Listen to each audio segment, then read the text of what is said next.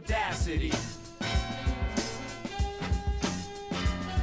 All right, hello and welcome to the Smoke Break. I hope you enjoyed episode 1, and we may come across some details of episode 1 later, but we'll see what happens because I want to get right into the topics for today. But before we get rolling, I am with a guest today, Stuart Warf, who you already know him. But Stu, why don't you just give us a little introduction? Come on, give us something.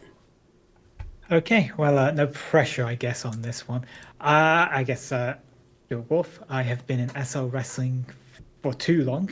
It feels like at times. Been in since 2009, at the tail end of it, where I helped out with VWE recording, then took over the ownership in 2015 until the end of 2019, when I essentially left SL Wrestling until I came back the following year, founded Fusion with Becky, and then that's obviously closed down like last year, and then now I run Smark, which is a clothing / custom video and logo brand, and recently came back to VWE as the general manager. That's a short intro. Cool. Yeah, there we have it. All right, so that's all great. But I'm not going to hold back diving into these issues because I have a problem with you, Stu, and I need to know exactly why you hate me so much. No, I'm just fucking with you. I'm just fucking with you. No, for real though. We obviously haven't always been on the best of terms. I'm not really sure if we ever did we get along. I don't know. I don't remember. But it's not like we were like mortal enemies, you know. I wasn't like creeping, standing by your bed at night with like a knife, you know. Maybe soon. But there was obviously I hope not. Well, we'll see. But there was obviously a couple of issues between us, and it's probably best to start there because that's the fun part. And I just want to reference a specific area of VWE, a specific era, where I believe may have been, God, I have stoner brain, all right, 2016 to 2018, like that window of time when I was around and you were around as well. Yeah. And this story, it's actually been discussed like 1,000 times, but like only in front of a very small group of people. And when I was telling it, you usually were not there. So it's interesting that we are now finally talking about it. And, you know, I pressed record. So here we go. So you're all going to get the scoop. So back in time, we refer to this as the infamous call, where Stu arranged a meeting with myself and Seth because Seth obviously hated me. But it was all over, it was like a tweet, wasn't it? Like I did a tweet, correct me if I'm wrong. I was running the Lexi character at the time, and I honestly, maybe you have a different opinion. I don't think you will, but I was doing things right by VWE. Like I stepped in to help with creative, and I was running characters and alts, and my goal was always just to help VWE. And Seth, at this time, was out of the community, and he wanted to come back to VWE. And it was like under the ruse of just being like, he's like, I just want to come in as a builder, right? That was just something to start. And that was the original. Yeah. Yeah, which we know that didn't stay the same, but like we had the roster had to vote if he was allowed to be back in, or like that's what happened, right? If I recall correctly, that's what happened. So, yeah, like you say, it's been so long ago that sometimes details get a bit fuzzy. So back to this call and the tweet. I believe I said something in character as Lexi, which I truly remember as being in character. Like I think back at it and I was like, that's crazy that it got misconstrued, but like his wife ultimately thought that the tweet was about her. And I guess with him, I was already on thin ice. And like, was this tweet really about her? Like like I said, stoner brain, I don't really remember, but I remember feeling like innocent in the situation because, you know, as a heel, like there still has to be some reality in what you're doing and saying. Like you have to play off reality. And ultimately, though, if you're a delusional heel in character, you know, none of what you really say, your points hold validity if you're, you know, making it known. There's a huge difference between taking a shot at someone and just doing something, right? Just doing a tweet. And that's kind of what it was. I think she took it and ran with it because, you know, like they say, if the shoe fits, you know. Like, here's the thing. I'm not going to see you, Stu, tweet out like, I hate misogynists, and me as a person think, is Stuart tweeting about me right now? Well, obviously fucking not, because I'm not a misogynist. So if you see me tweeting character and truly believe that it's about you, it might be, because you're applying it to yourself. So anyway, I digress. The meeting is set up, right? I messaged Seth prior to this meeting, and actually, I felt like the more mature person. And I was like 10 years younger at this time. I was in my early 20s, and he didn't respond to me. So at that point, I knew exactly how this meeting was going to go down. I knew he was going to freak out. I'm not an idiot. I knew what the call was about. Like, I knew it was going to be an attempt to fire me, and so what you didn't know at that time, which you do now, but at the time, I ended up streaming the call to like 8 of my friends who listened in live. And the minute that Seth, because again, I knew exactly what was going to happen, fucking, predicted the scene that happened. And Seth, he immediately started yelling at me like a baby, like throwing a tantrum. And at that point, I basically just trolled that call for the entertainment of the people watching. And then I quit VWE the moment that call ended. Not that like it mattered because I was going to be fired if I decided not to leave anyway. But what I don't really know is your side of things, because I only saw what I could see. Like, I had only half of the information, and I'm sure Seth was obviously complaining about me or something. But I'm just curious for you, how did the call lead up for you, and like what was happening on your side? I'm just curious. So, what I can say is my intention was never to fire you in terms of like from the outcome of that call when you quit. I was wanting to try and patch it up. But like in the lead up to that whole thing, for me, again, this is kind of like fuzzy logic, but I don't think it started with the tweet at all. This was like, in terms of like the way I was looking at the situation, this was a more long-standing issue between two kind of groups of people, one more so than another, which was like like just differences of opinion where there would be clashes. And yes, like you said, Sam would sometimes get in her own head about a lot of things what other people were saying, which really were just in character stuff. And like the problem for me was like on a near daily basis, I was getting messages about what the hell was going on with one thing or another thing, and Sam is pissed and blah blah blah. Yeah, It's always it got ridiculous. Yeah. So because I with the call, it's like this is like we need to like sort this shit out one way or another, because I can't be dealing with this every single day. Like, something needs to give, and it was a Hail Mary. It gave. Oh yeah, because you saw that call and like. Yeah, it's funny because I've heard like stuff be quoted from that call, and I don't even remember it because the whole thing, like in essence, was a big blur. Yeah. Like I think you I don't remember who keeps saying it, but everyone wants to hear it. Everyone wants to hear it. It's I'm the eliminator. Yeah. Woohoo! Yeah, because and literally, like, the other week I was like, "Where did that come from?" And he was like, "What?" I was trolling. Obviously, at a certain point, I knew like. I had messaged Seth prior to the call, literally like I did not like tweet this about you guys, like I'm cool with working with you, like vice versa. So when he didn't reply, I knew that he was going to be hostile in the call. Yeah. And so the moment that happened, I was just like, I was I created a moment. Yeah, the eliminator woohoo. Yeah, it lives forever. So I had like there was 4 scenarios in essence that I saw from this call. One was extremely optimistic and wasn't going to happen, which was this would resolve everything. It was like a 1% chance that could happen, but obviously it didn't.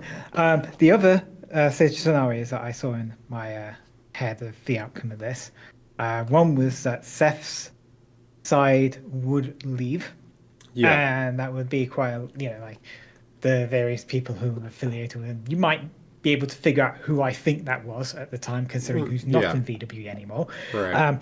But with that, likely would have lost a lot of assets at the time in terms of like the arena, the buildings, this kind of stuff, and like probably lose access to that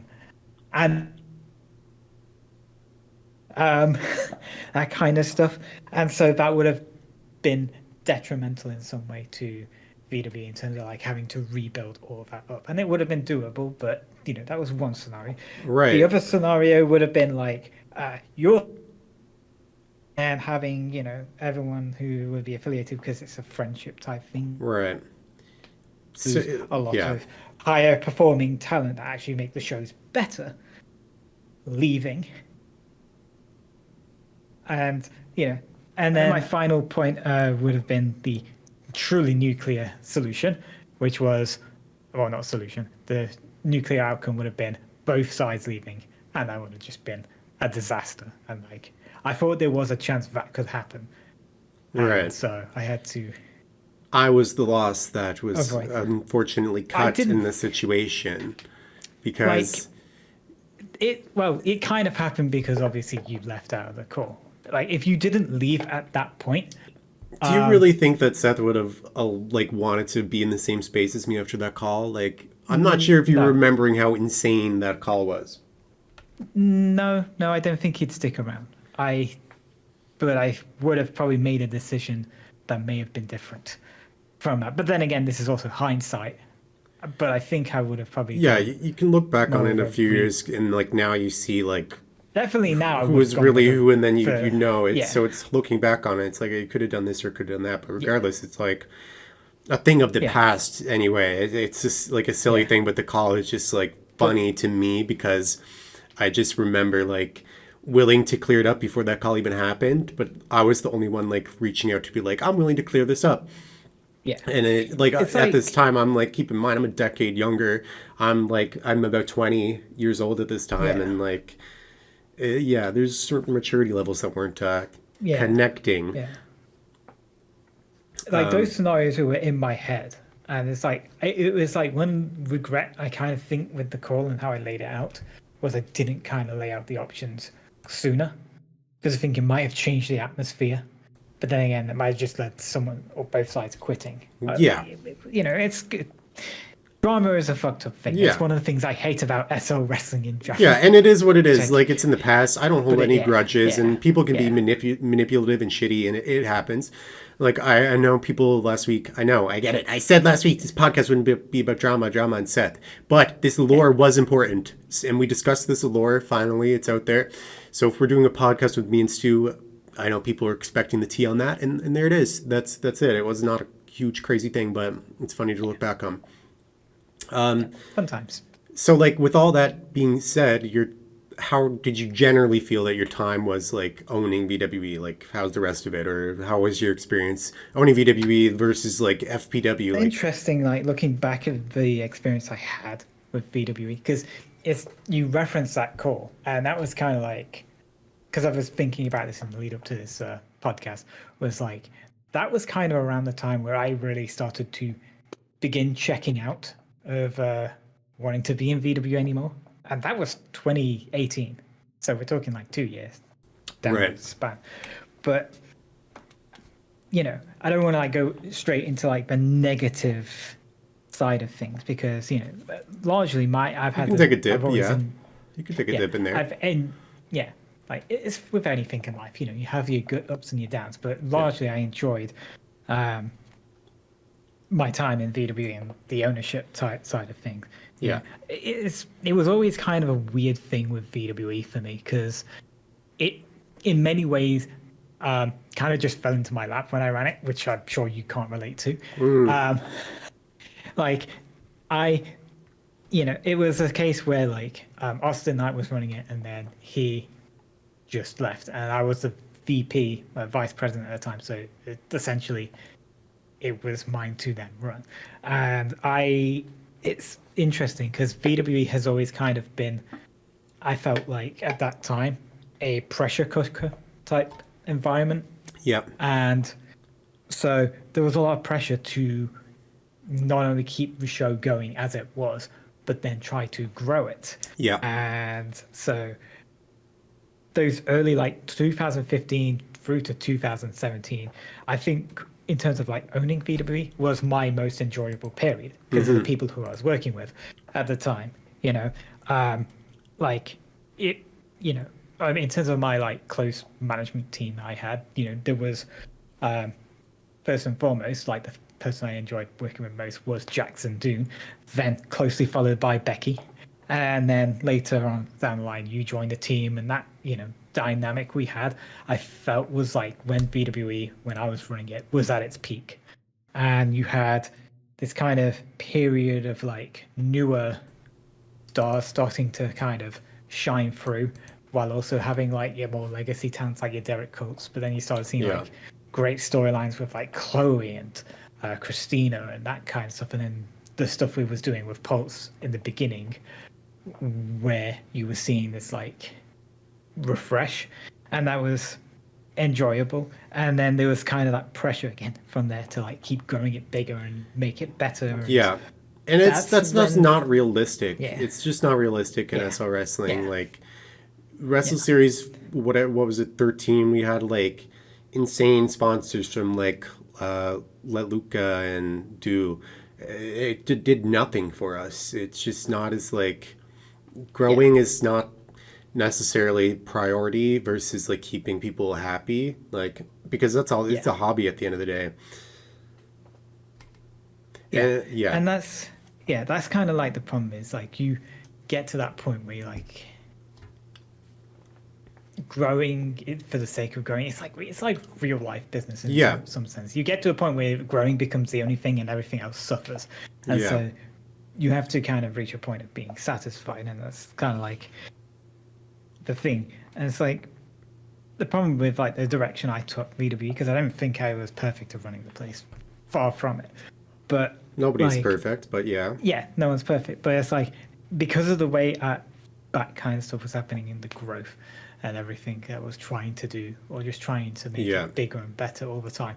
You had this, and then you had people taking a different mentality of like wanting to be the thing, and it started to get like the decline point was when people stopped caring about the place for having fun and started yeah, caring more about themselves and what they were doing and their achievements. yeah, And it felt to me when I was running the place solo, and this was like after you had left the creative team, Becky had left the creative team, and it was essentially me running a lot of things yeah, with some assistance here and there for Pulse. But it became a thing where I just started to isolate myself, and that was a point where I started to dislike it more and more. Was just being in my own singular bubble, yeah, not trusting everyone fully. And then, like you mentioned that call, that was like the point where like there was drama and stuff going off with groups, and that was a pain to deal with on a day by day basis. Like I, yeah, that happened, and then other events happened, like passing of Jackson, which was really the catalyst for me really starting to check out, because that was yeah. It's a a wake up tragedy. call that this is Yeah, real life because that you're dealing with, and yeah, some people just and aren't treating it, how they should be. that was like the point where it's like I'm spending a lot of time here in SL, Right. like, and I've done everything I really wanted to realistically do for VWE, apart from getting it to Wrestle Series 10, but that happened, and I was like, I'm kind of done. But then no one wanted to take it off me for Yeah. like Yeah. a year, and I felt trapped, and I hated it. Yeah. And You could then have shut it down. eventually, I would have shut the bitch down. You did more than I would have. the problem is, for me, maybe this is like the wrong viewpoint. I was thinking more like there's people here who are still in the Fed who are actually enjoying what they do, Yeah. and I don't want to take that thing No, away from them, because if that's not a bad VWE, thing. yeah, if Yeah. VWE closed, I didn't realistically Yeah. think there'd be good options out It's there. similar to the way that we took over. Like, for me personally, I hate being referred to as the owner. I also hate being referred to as boss. And sorry to anyone who refers to me as boss. It's not a big deal, but like, I just don't like being the person. And it's different, especially because like you'd mentioned, I did not ask to be in charge of VWE, and like you, there was nobody to take it. I told this story on my podcast about how the Fed was dropped into my lap the day I got out of the hospital for day surgery. I was not coherent. There was nobody else willing to take the reins. And so it was either myself and Viola as the only two people who were at somewhat willing to step in, or VW was going to shut down. And then we decided the plan was for it to shut down.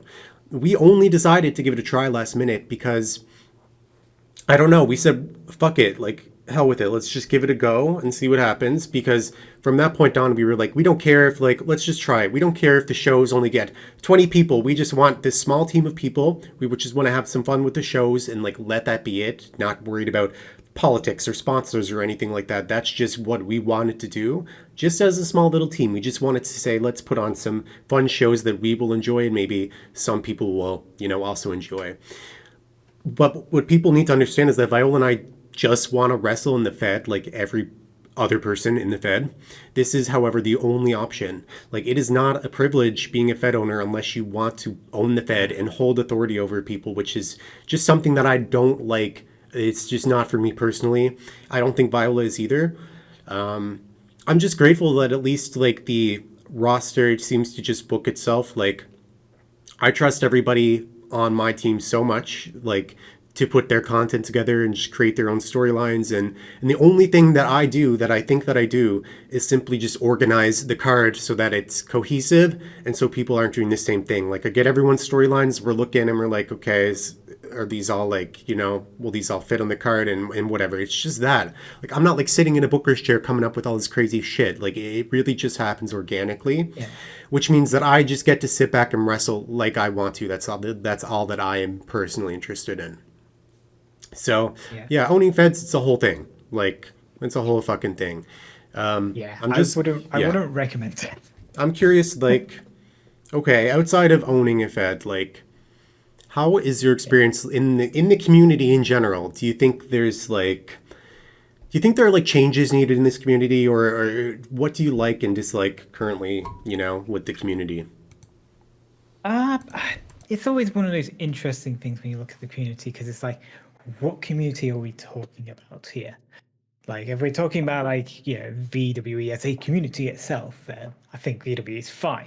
If we talk about like the wider community, it's interesting because it's like there are some things which I really love about this the community, and sometimes where it's just like really stuff you dislike and you wish didn't exist. Yeah, hard agree.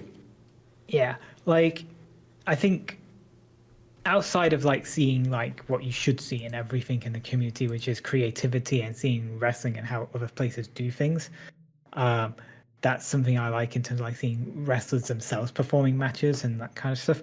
I think one of the things I don't know, weirdly the word, but like one thing I really like is like how the community, when push comes to shove on certain issues, does come together and like band this together, and that's when it feels more like a community. Like, for example, because I don't want to be negative on this stuff, the charity events that we see in RSL wrestling, I think are great. And as long as those continue to be charitable things, where it's like we support good causes, like like last year you did the charity Project, Trevor Project, and that was a really good cause. There's the Victoria's charity events that Brooke Owens does that raises money for mental health awareness, and that's something that if anyone knows my real life aspect in history knows that's a cause I really care about. It's so I ran the charity event in 2020, which was like to raise awareness for the coronavirus and like how we could help out as a community. And it wasn't necessarily about raising money, although I said like, hey, if you want to donate locally, because I have a thing sometimes about donating in SL, which is this is more of a shoot on Linden Lab here for a second. I think it's ridiculous that we have charity events in SL and then they have to cash out and they have to take a chunk of that money away that's been raised, and it makes me. This is like a call out to any charity event. Stop taking money in SL if we can, and start raising money on like a website like Just Giving instead, where we know for sure it's going to other places and it's got better policies in place for like, let's say you if you work at, say like for me, I work at a workplace that does charitable giving. So it's like if you raise money for a charity and you provide that receipt for that donation to the company, they will match it. And it's like there's stuff like that which you can't need log to in look yourself. into more. Yeah, I didn't And I it's didn't even personally know until like I did my charity event for Trevor Project. Like, yeah, just because that is was the thing to do is take Lyndon's cash it out. But like I cashed out like I think $800 and the fee on that was so big. I ended up yeah, paying my own money to cover that fee so that it was like the exact amount was donated. But still, it kind of sucked, you know. yeah. So things like that, where it's like the community comes together, or if like Yeah. something bad happens, the community gets together. It's something I just It's it's great. Yeah, that's the best parts. feeling for Those are the the community. parts. Those are the parts that I like as well. Yeah, But not to sound like a broken like record here. Not to sound like a broken record, but the community does really need. Well, if you consider yourself a part of the Second Life Pro Wrestling community, which is like, say, an umbrella under, there's a Discord server and there's a Facebook group and an in-world group, and if you're like advertising in those places, and then you're considering yourself a part of the SL Pro Wrestling community. So the community really does, though, need to step it up in terms of who you should be allowing within the walls. Like literally, I've provided proof to the public.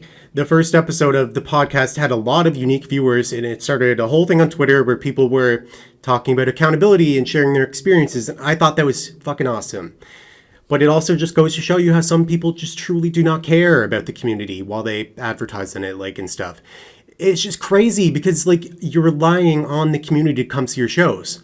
I put all of this information out there about how you harbor someone in your walls and allow them to profit off of the community while they have taken 50,000 linens from another Fed. And for some reason that doesn't register in your head and you're kind of like, oh, I'm in the wrong here. It's just like, it's crazy.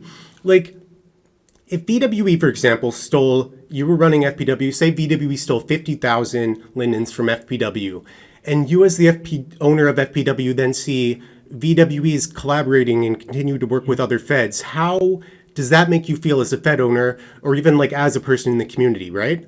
The only people here that suffer are UFW, and like I see everyone agreeing with me, like, yeah, that's super fucked up that the money was stolen and la la la la la. Then they stroll down to Wildfire and they buy a fucking pair of SES gloves to put money directly into Seth's pocket, or hey, let's give Wildfire a store at our sim so Seth can continue to rob the community that stole from another Fed. It's just so fucked up, man. That's where the community needs to improve. If you say you're a part of this community, you're advertising in the Discord groups, you're advertising wherever, is public for this community, then you need to support the community. Like, it's not a fucking hard concept. Support your fucking community. If, like, you want to be a part of it, then support it. Support it.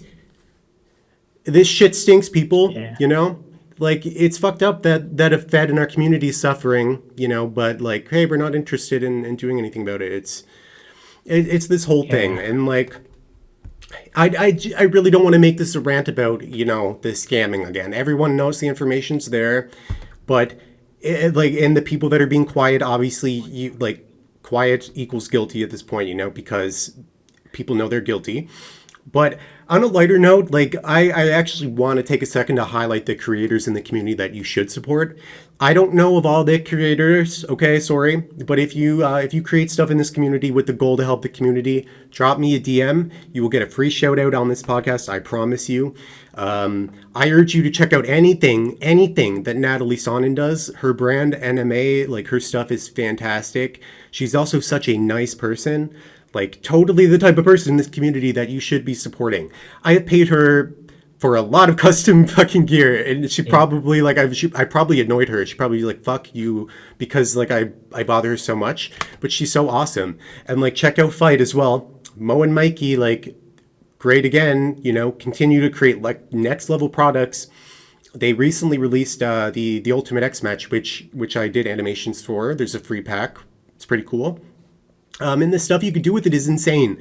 Like, their tables pack and their ladders pack are essential. Like, if you still use those old SES ones, like, I highly encourage you to put those in the trash where they belong. Check these out because the quality difference, it's insane. Check out Stu's brand, Smark. Like, he does custom stuff for VWE all the time that I commission him for, and it's always awesome. Like, his work is top notch. Check out Black Dragon Animations. Mad Mike is a cool dude. Stuff is great. Derek Colt's vendor, Big Baby Animations. Like, it still holds up as well, and some stuff from Dominion holds up too. There's a lot of good people to support in this community, and if you're really for the community, like, you can't just keep behaving like you're not. Yeah. It's interesting, and again, they're all fantastic, and I think people should support every like possible avenue in general, because it's like even the morality of Team Wildfire aside, like as a like community, you don't want one group dominating things, because monopolies suck. That's just how it is in real life as well. And so it's like we should support those smaller creators. And it's because I was going to go into like my dislikes of a community. You kind of touched on a lot of it there. Like, it's the morality blindness people have. That's one of the things I hate most, because it's not just the Team Wildfire stuff. It's like sometimes feds will, for the sake of needing to have extra bodies on their roster, will, take on people. Take anybody. Take anybody, and there is real demonstrable evidence that has been provided to places where it's like these people have done pretty awful shit to people. Like, and it's like, and yet they will take them on board despite the evidence. And it's like, at the end of the day, you're just rewarding what is shitty behavior. Yeah. And it's like, if you have any respect for your, those people they are toxic people. You call it toxic for a reason, because it will damage your place. And down the line, the same shit they've done in the past, they will do again. And you're just allowing that to take part. It's enabling the situation. Damaging yourself. Yeah. It's enabling. And that's the thing. Like, yeah. I don't want to sit here and tear apart like a creator. Like, I don't want to tear apart Wildfire. Like, I think Falcon is talented. Like, I do not want to take anything away from him. I used to work under his brand, and like, he did great things for me. It's just more of the principle for me that you like openly partner with a brand like of a person who stole like 50,000 lindens from a Fed that you used to be a part of, or used to be like a big part of.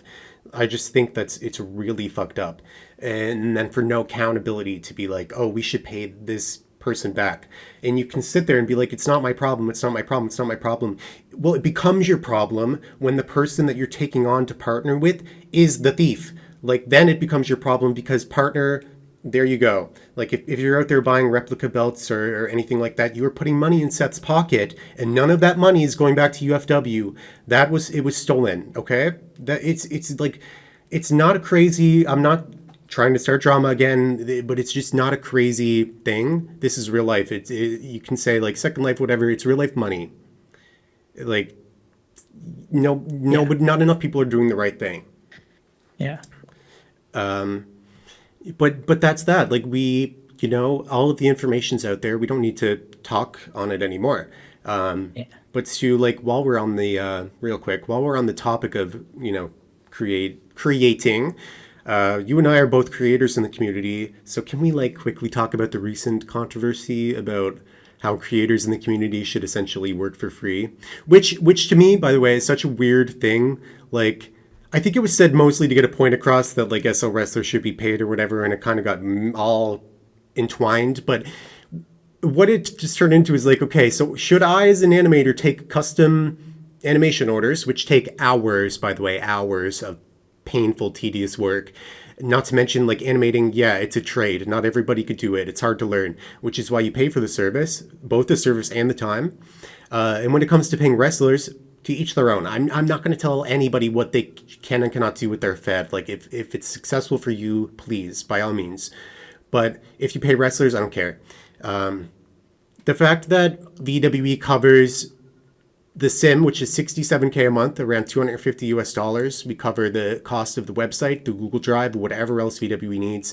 Like, I pay Stu, like, you can attest, I pay you a bunch of money to record the shows, do graphics, all this sort of stuff. I'm paying you constantly for your work, because it's a trade and it's a skill and it's not an essential. It's just something that we want.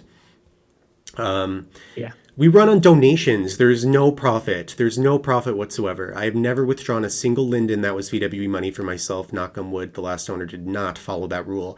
We provide this expensive platform for people to join for free. Give everybody a chance. You can come get some training. You can have fun. Like this is about fun only. I'm not going to open a fucking restaurant, okay, with the full intent for it to not to turn a profit, and like in fact for it to cost me money, and then I hire staff to pay, and the fucking customers can come in and eat for free too. What kind of business is that? Like I do not think so. Yeah. I just don't think that wrestlers like for let's just say for VWE wrestlers do not need to get paid. They have a free platform, and they have a chance to have fun with it. That's my 2 cents on it. Yeah. Like for me, it's always kind of like when it comes to like creators and like yeah, it definitely felt like two arguments that got kind of crossed and wires a bit, and it's like different because it depends on how things are for that community or whatever. Like if it's a community kind of thing, like it's a thing like a wrestling fed, I don't think the fed owners are obligated to pay the wrestlers if that's not primarily a group designed at making profit or money. Yeah. Because at the end of the day, like you say, it costs money to run that place. To run and the then place, if you're going to be yeah. expected to, pay wrestlers, it's going to become Yeah. untenable. But it's like a lot of those wrestlers will actually just donate to the place because they enjoy being Yeah. there. Yep. And that's just them putting their own commerce into that. But I don't begrudge any place that pays their wrestlers. That's their decision. Yeah. But it's like creators, it's the creator's choice, in my opinion, for if they want to do something for free, that's up to them. If they want to charge people, that is also up to them. Like when I ran VWE, and even with Fusion, I would do videos and graphics for people for free. Yeah. Because I wanted to improve the thing I was making, which was helping this show look as good as it could be. Yeah. But when I look at things now, and like when I started rebooted Smark in 2020, I started charging for some of my services. In fact, it started with Premiere Wrestling when they wanted some logos done, because it was just like an offhand request. I was like, you know what, sure. And I've been expanding from there. And it's like everything in life in general costs money. And to me, I think the big key difference is with a fed, like a wrestling fed, you kind of know when you're doing something because you're committing to that time, because you've joined a fed and you're like, I'm going to wrestle at 2 PM SLT on a Friday. And I know I'm going to show up for that and do my match or prepare in the week or whatever, with the people because it's my hobby. Whereas if you're a creator, you're taking time out of your day at an unscheduled point to make something for someone, and that's costing time, and you should be compensated for that. Yeah, and that is 100% the point. Like, it is a hobby at the end of the day, and the thing is, like, you can come into the SL wrestling community and do this completely for free. I'm talking like there's free animations out there. The HUD is free. VWE has stuff where we can like free videos and stuff. Stu, I'm kind of getting feedback from you, or like I'm coming through you. All right, turn you down. Coming through you. Jesus. Okay, one sec. Blah blah blah. What was my point? It was like you can come into the community completely for free. Like you can wrestle for free. You can get a free HUD. There's free animations out there. You come to VWE trainings free.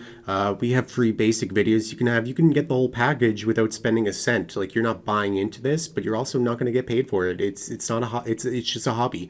And like kind of like what Stu said, like you arrange a time to meet up and write. Like I'm having a decent time. Like I'm writing with like Cody Hooley. I'm like lighting up a spleef over here, and I'm like I'm vibing along as we put some creative stuff together. It's fun. But when it comes to animating, I'm telling you, I'm in the trenches, bitch. The moment I open up my fucking Q Avimator, I'm in the trenches because that shit is not easy. It's not fun. I'm taking time out of my day. I already work a 40-hour week, and like I'm providing a service, and that's just it. Like I'm not going to act completely, blind to his point where he's like, yeah, they perform, so like they should get paid. I get your point there, like, but there's a big difference between paying creators and like paying wrestlers. You're volunteering, and the whole thing is paid for you. You with the fact that you're not running at a profit, the whole thing's paid for you to come in and have some fun. That's just it. Yeah. I mean, that's it. Yeah. It's like, and it's like, I don't think even creators that much really. If you really look at like the time, hours, and the stuff they work, either way, like it's still, that's all creators by and large are undercutting what you really should be paying them, because they realize it's also a hobby for other people as well. And yeah, like I guess a kind of good way to look is like you look at like a custom like logo for me. That's what at most it's like 5,000 linens. I can tell you when I paid for an arena to be made for Fusion, that was in the thousands of US dollars to be built, because Yeah. those were people who actually rely on that pay Whatever happened to that to make arena? stuff. It's different. It's somewhere in Becky's inventory, I believe. God. Wow. Maybe it'll be resurrected on a sandbox one day. Who knows? Maybe one day.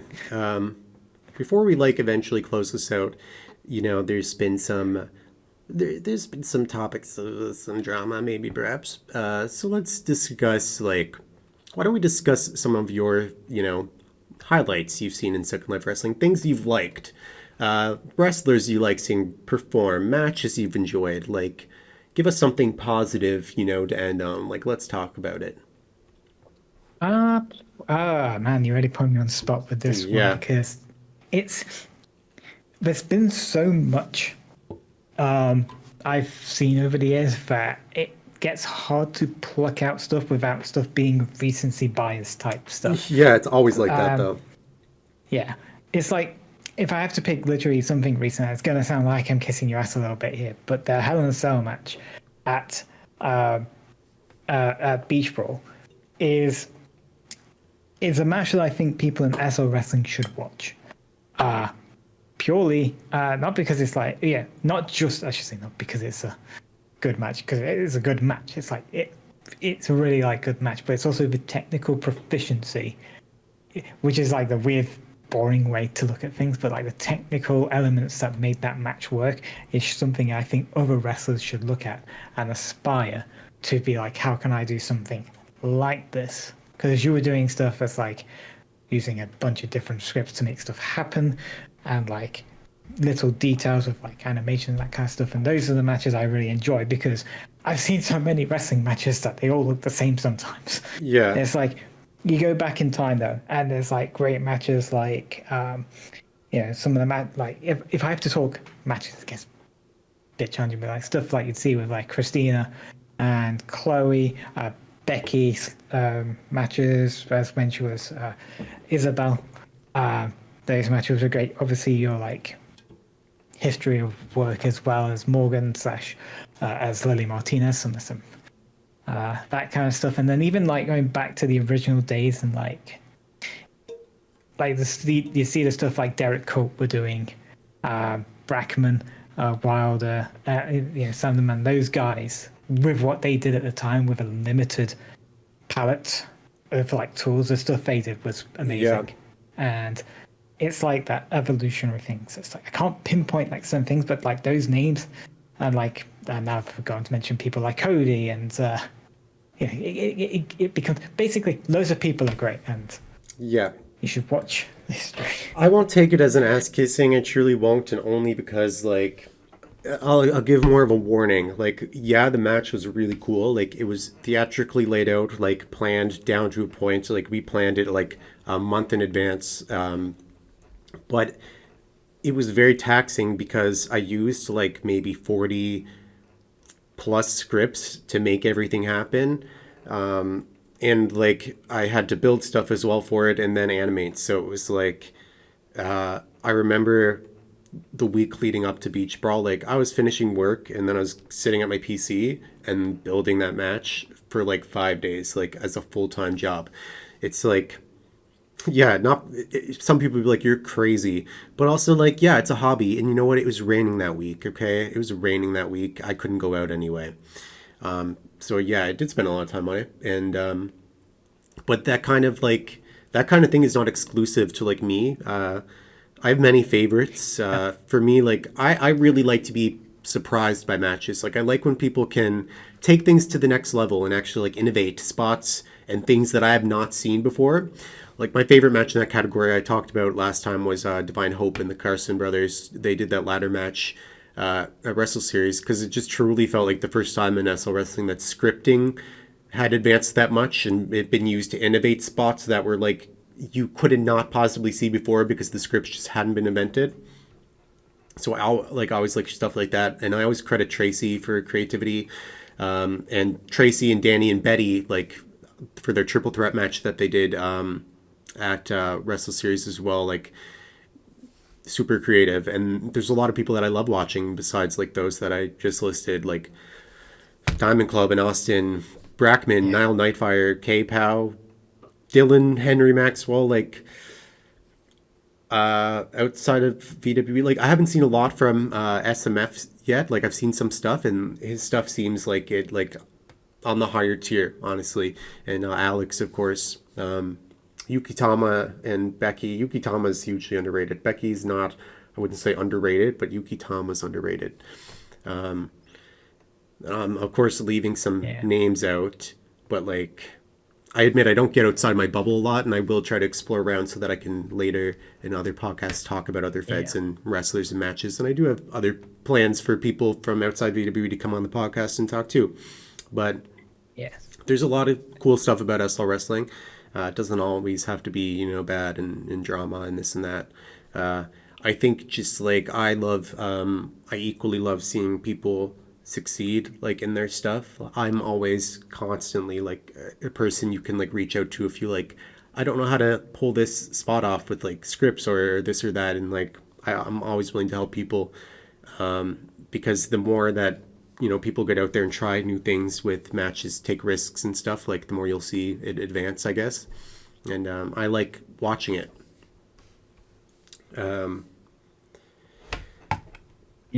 Yeah. I mean, can say better than myself, really. To be fair, it's just that's the thing for me. Is like with wrestling matches as well. It's like you can really tell when people go to that extra effort to make their matches stand out and pop. Because it's like you said, that took you a week. Like the Hell in a Cell match took you a week to prepare, and it's like I wish sometimes if it's like a pet peeve for sometimes for SL wrestling people. Is like some people practice it or prepare their match and practice it the night before, and that's it. And it's like if you just spent more of the time, that's a lot of tea because a match is coming up. The stuff you could be doing is so like could be a lot better. I can tell you like it doesn't. That makes it sometimes a little difficult for me in VWE as someone who like has to book. Because I have, there's like, I consider everyone in VWE like we're cool, we're friends, but, sometimes I don't see like a certain level of like drive from some people that other people have. And as a result of that, like they don't usually succeed as much. And, as a friend, you feel bad, but like then you're kind of like, well, you need to see more, Yeah. Preparation is key. Like even if you can only take a couple hours or a few hours to prepare, like it's better than nothing. I think going out there unprepared is always the worst. And I said this last week, it's like it's an insult because you have people showing up to your show. Suddenly you're dealing with people's time, and time is a valuable currency. So if you're going to have the opportunity to go out there and like there's people, watching, you should have something that you have prepared and like that you are confident in, and not something you're just like throwing out there and it's like, well, I just wasted people's time. You know what I mean? It's I will never people have lots of different styles, and there's not one right way or one wrong way. But the one thing I think that where you can meet in the middle is that I like to see preparation from people. I really like to see people even like go an extra mile if they can to make sure something's gonna work right. For sure, yeah. It's like just that's it. It's like if you take passion in the craft of wrestling, everything you really want to come to you will eventually come to you. Yeah. And just have fun while you're doing it. It's Yeah. the main thing. Yeah, and like it doesn't have to be as nerdy as it sounds. You're like putting all this Yeah. time in. Like I work a full-time job. I have a social life. Okay, in the summer you cannot rip me from the outdoors. I just like to go out and skateboard, and I still manage to have time, or I still manage to figure out time that I can dedicate to something in SL wrestling. Like I consider it on my back burner, but I still want to make sure that the stuff that I put out there is positive and worth people's time.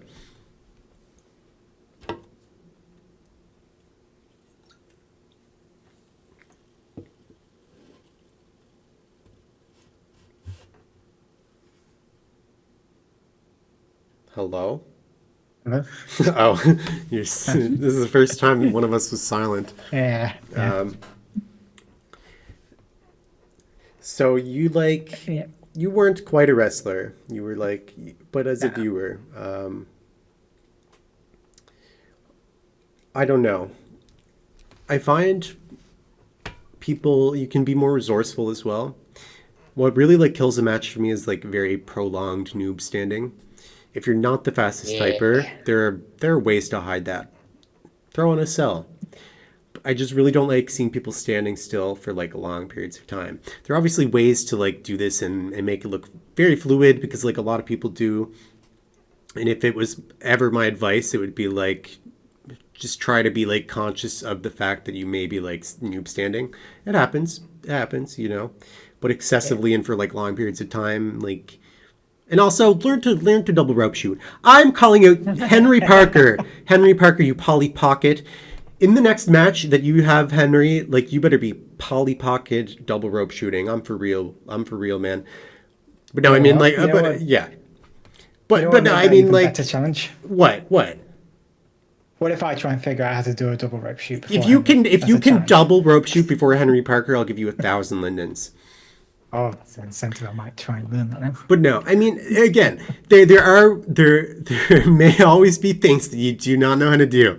And Henry, you know what? Henry, if you never learn how to double rope shoot, that is fine, because you are very, very entertaining. So I will not mess with your groove, man. I will not mess with your groove. I will not mess with your nature, your balance. If you can't double rope shoot, okay, man, it's fine.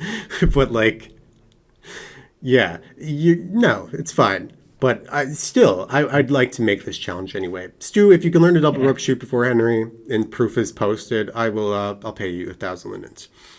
All right, sounds good. All right. I might pay someone 1,000 lindens to play my avatar, but we'll go.